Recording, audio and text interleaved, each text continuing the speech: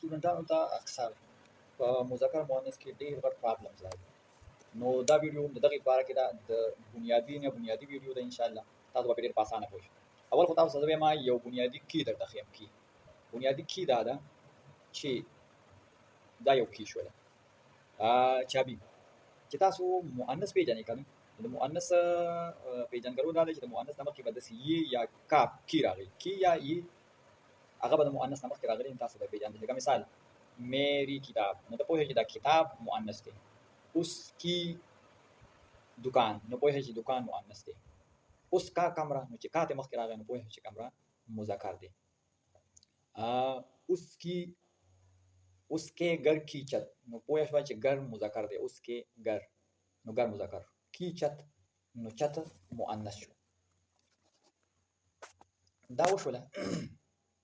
مثلا د ما لیکلي دي گر کې کمرې کا رنګ، نو کمرې کا رنګ، نو دا کا د دې کمرې مطابق باندې دا د دې رنګ مطابق دی. کمرې کا رنګ، نو دا کا به د چا نه مخکې چې راغلی هغه به مذکر، نو رنګ مذکر دی. که د دې نه مخکې کی راغلی نو هغه مؤنث دی. مثلا وګوره گاو کی، دا کی چې راغلی نو دکان مؤنث دی. تمہاری کتاب، د کتاب نه مخکې چې دا یې راغلی د تمہاری، نو کتاب مؤنث دی. دا خو کی شوله. اوس به مخکې موږ وایو نورې خبرې، هغه د مذکر مؤنث باره کې نورې ډېرې قیمتي خبرې. اول نمبر د مذکر دپاره خو تاسو ته معلومه ده عامه قاعده د الف راځي او داسې یې راځي. لکه مثال طور باندې موږ وایو بکره. بکره خو اگر چې د مذکر نوم دی، دې کې د الف د وجې نه دا مذکر نه دی، دا خو بس ذات دی د مذکر د نظر دپاره راغلی دی. الف چې راغلی مثال طور باندې ته ویلی شي ټنډه. ټنډه د الف د وجې نه دا مذکر دی. او یې چې راغلی داسې هی یا داسې، نو دا هم مذکر وي. لکه کمره، مکه. پښتو کې چې داسې راغلي هغه مؤنث وي. کمره پښتو کې مؤنث دی او په اردو کې مذکر دی.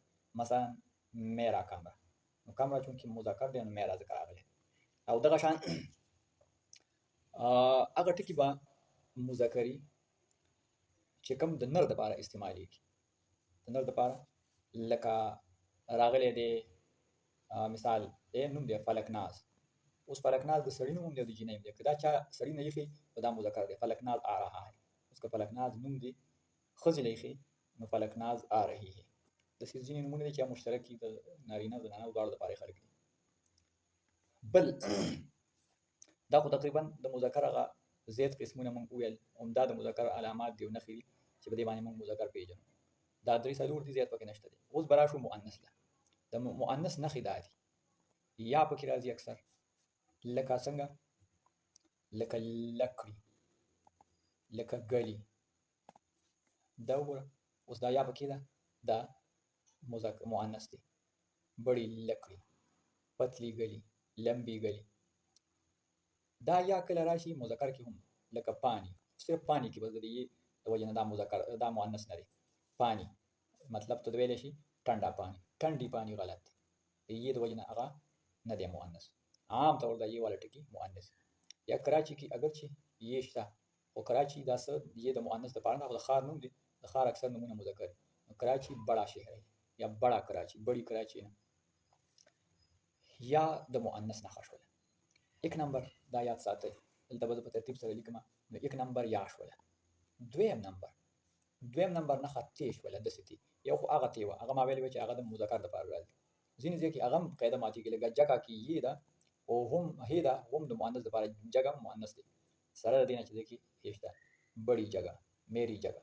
دغه شان توبه کې هم هې ده، خو سره د دې ها دا مؤنث دی. میری توبه قبول ہو گئی.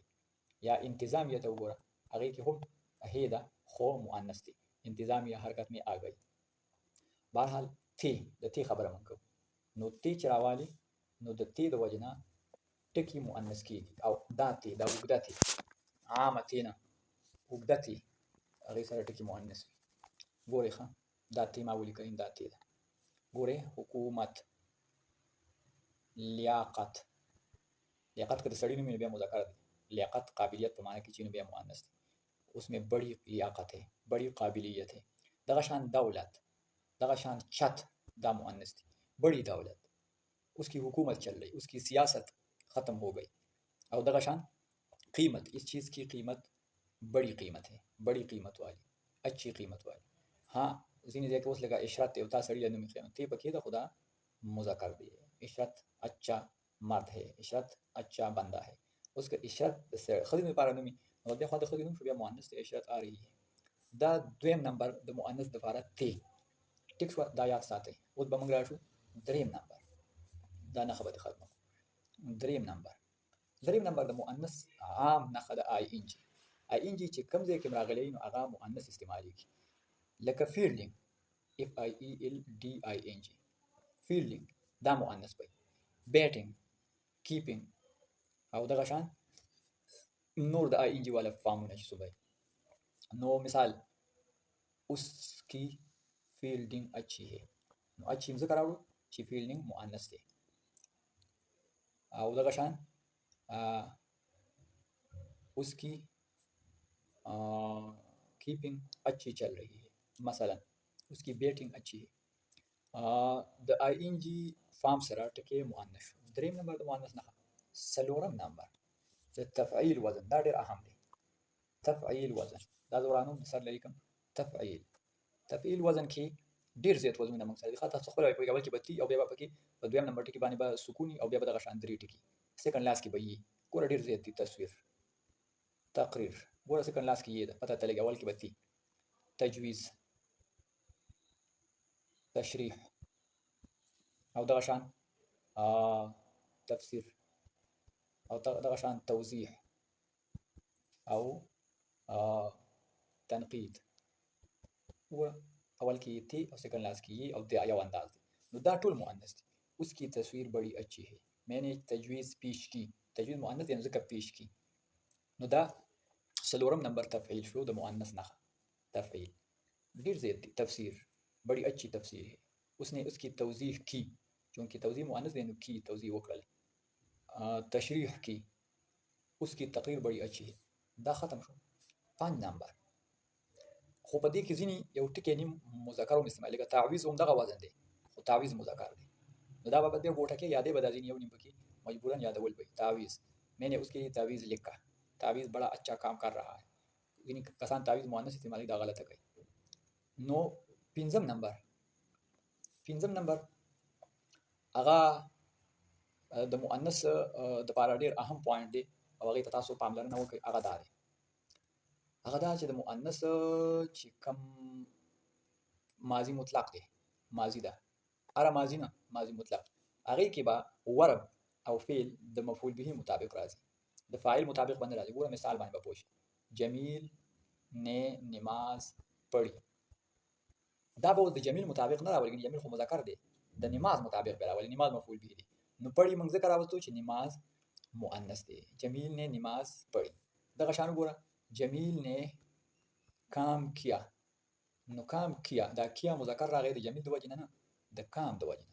دلته جمیل په دې جمیله مې به تاویل جمیله نه کام کیا د جمیله خو مؤنث دی نو کیا مذکر د کام د وجه نه راغی. دا صرف په دې ځای کې اوس که فرض کړئ چې جمیله کام کر چکی ہے نو دلته د کار د وجه نه دلته چکی ممکن راځي. دا ورب دا ټینس بدل دی. دا پرېزنټ کنټینیوس ټینس کې دا بیا د سین راځي. دا صرف په فعل ماضی مطلق کې راځي چې نه قریب او نه بعید په دغه شی دی. جمیل نے کام کیا. جمیل نے نماز پڑھی. جمیل نے خط لکھا. جمیلہ نے خط لکھا. او په دې نور کې به بیا د فاعل مطابق راځي لکه جمیلہ کام کر چکی ہے او جمیل کام کر چکا ہے. جمیلہ نے کام کیا تھا. او دلته بدل دی. جمیلہ نے ان دلته ماضی بعید دی خو دلته هم د مفعول به مطابق دی. جمیلہ نے کام کیا تھا یا کیا نو کیا تھا کې د کام د وجه نه دا ورب مذکر راغلی. جمیل نے نماز پڑھی تھی. جمیل مونږ کړی وو نو دا پڑھی تھی د نماز مطابق راغی د جمیل مطابق راغی. کلیر شو.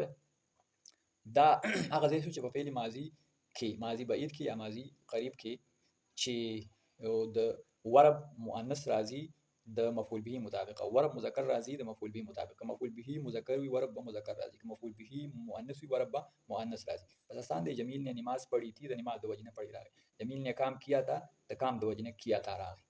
دا پنځم نمبر شو. غالبا شپږم نمبر ځینې هغه ټکي چې هغه مذکر مؤنث استعمالي ابا خالص ګوټه کې څنګه تاسو ته ما کی وښودو بس په اخبار کې یا په کتاب کې به تاسو ته بار بار راځي، تاسو ته پته کېږي دا مؤنث دی. د مؤنث استعمال په اردو کې هغه په اسانه یادېږي.